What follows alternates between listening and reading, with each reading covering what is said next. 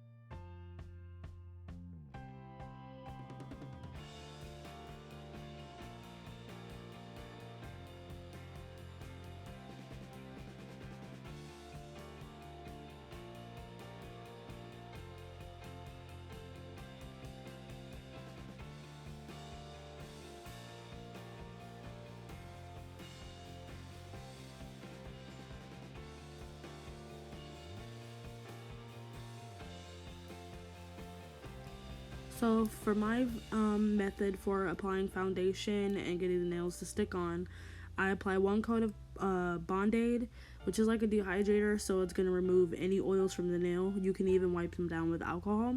Then after that, I'm going to do 2 coats of primer. I was doing just 1 coat on some customers, but I think it's better that I just do 2 because majority of my customers have oily nail beds. So on this particular customer, after I applied all 10, I waited a couple of seconds and then I applied it again to my customer, because you always want to apply your acrylic while the primer is wet for the best adhesion as possible. Make sure to not get it on the skin or anything like that. It's in a bonder bottle, but it's primer. If you do get it on the skin, make sure you wash it off as quickly as you can with alcohol or even water if needed.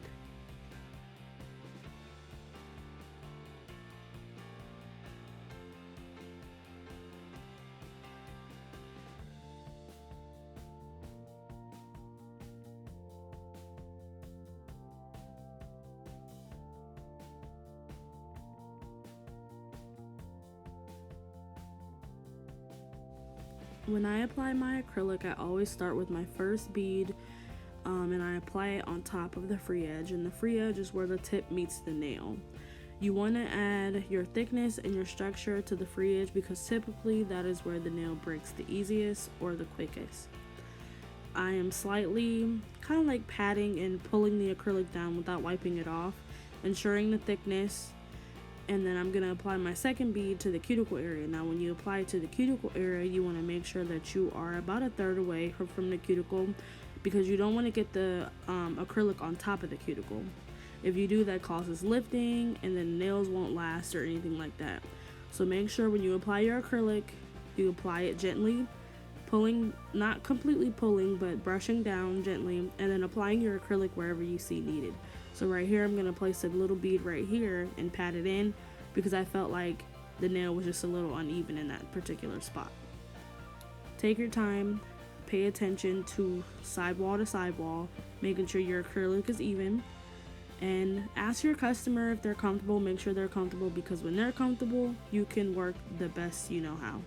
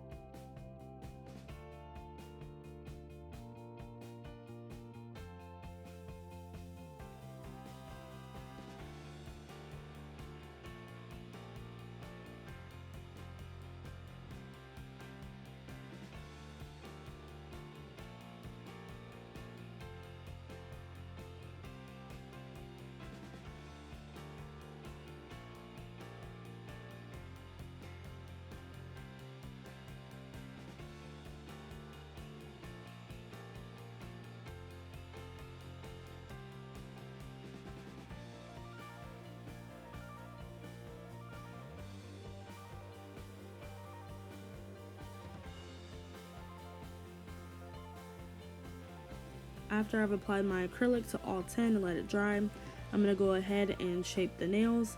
I like to start out with sidewall to sidewall, so I'm going in on each side, making sure it's even for the coffin shape, bringing it in slightly. And then you're going to see me do something with my customer's hand. I'm going to flip it around to file the tips of the nail, because your customer looks at their hand differently the way than you look at it at a downward angle. So it's easier to flip the hand around to look at the hand the way they would see it compared to you, to make sure that everything's even and leveled on the tips, because you don't want the nails to be crooked or uneven. So take your time. I like to rub my files together before I start, because files and buffers can be very, very sharp. So I do that before each customer, just to make sure my file isn't too sharp and I won't cut the skin or anything like that.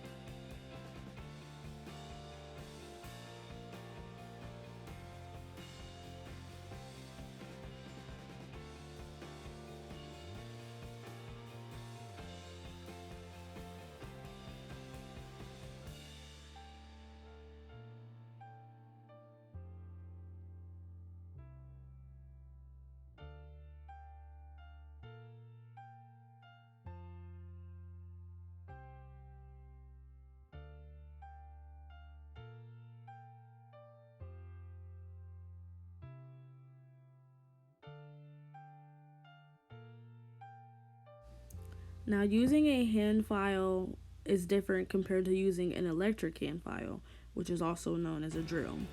If you are not comfortable using a drill, or you're still learning how to use a drill, I would definitely hand file the nails, because using a drill can be very overwhelming, and you don't want to be doing, your drill work nervous, and then it makes your customer nervous because you really don't feel comfortable doing it. Always do what's comfortable for you and what's comfortable for your customer. So this is my normal speed. It's not speeded up. I go around the cuticle area very gently, and excuse me, it's nighttime and I'm tired. I go around the cuticle gently and I make sure that the nail is even, but I'm also being as gently as possible, because you never want to cut your customer. After that, I'm going to go in with buffing, just making sure it's smooth on the top, getting any excess nail tip or anything like that underneath. Then my customer is going to rinse only if they're getting gel polish. If it's just regular polish, they can wash with soap and water and all that. After your customer has rinsed, you're going to go in with your gel polish. This is 467 and 107 DC. Both these brands are D&D. I love D&D. Very good consistency in colors. They apply like butter to me. So this one is like a nude pink, and then I'm going to go in with the ring finger is going to be solid gold, and then the middle finger is going to be a ombre glitter gold.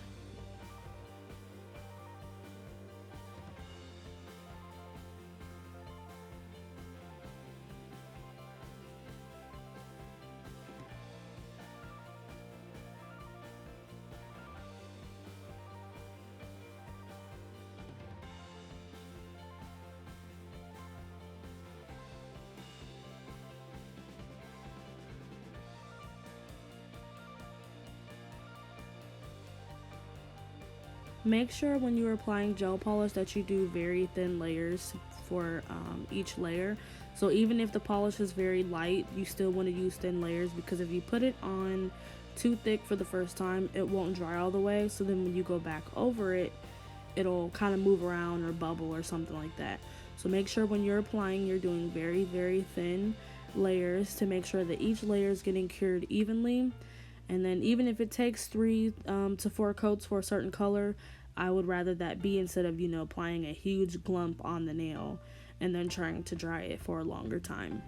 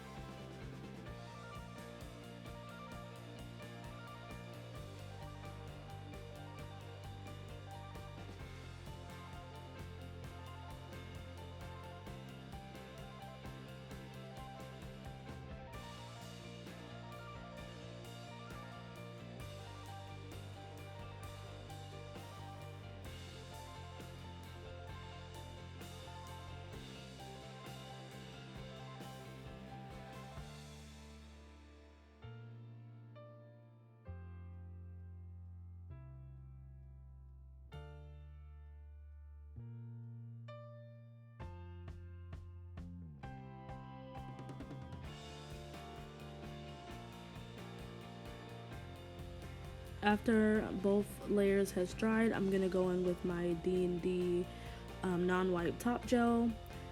This gel does not have a sticky layer or an ambition layer, so basically you put it on, you dry it for about 60 to 70 seconds, and then you pull it out and the nails won't be tacky or anything like that. So I do like it for certain looks. Sometimes I still use my gelish top coat, which is a sticky top coat, but I like the D&D one better.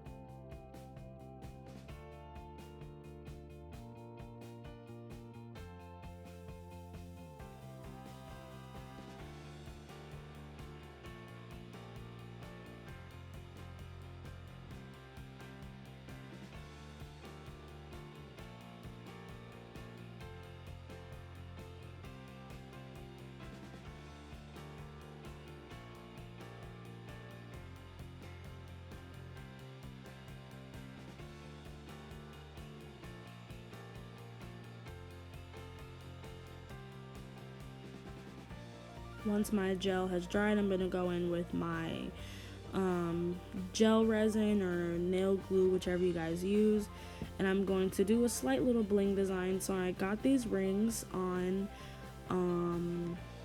AliExpress. Check out my last AliExpress and eBay haul for nail art details. But I got these little rings, they're gold, and I really like them because the gold glitter is a light champagne gold and the rings are more of a yellow gold, so they stand out. So I go in with a yellow gold ring, and then I'm going to go with two pink opal crystals, and I'm going to put those on the nail just to give it a little pizzazz, but also match the polish color as well. I got these opal crystals from RCM Nail Bling on Instagram. After I've applied my bling, I'm going to use my nail glue dryer, just a couple spritz, to get the diamonds or whatever you're putting on the nail to stay in place. After that, I'm going to go around with my gel just to make sure that the nail is back shiny again, and then apply my cuticle oil and I'll be done.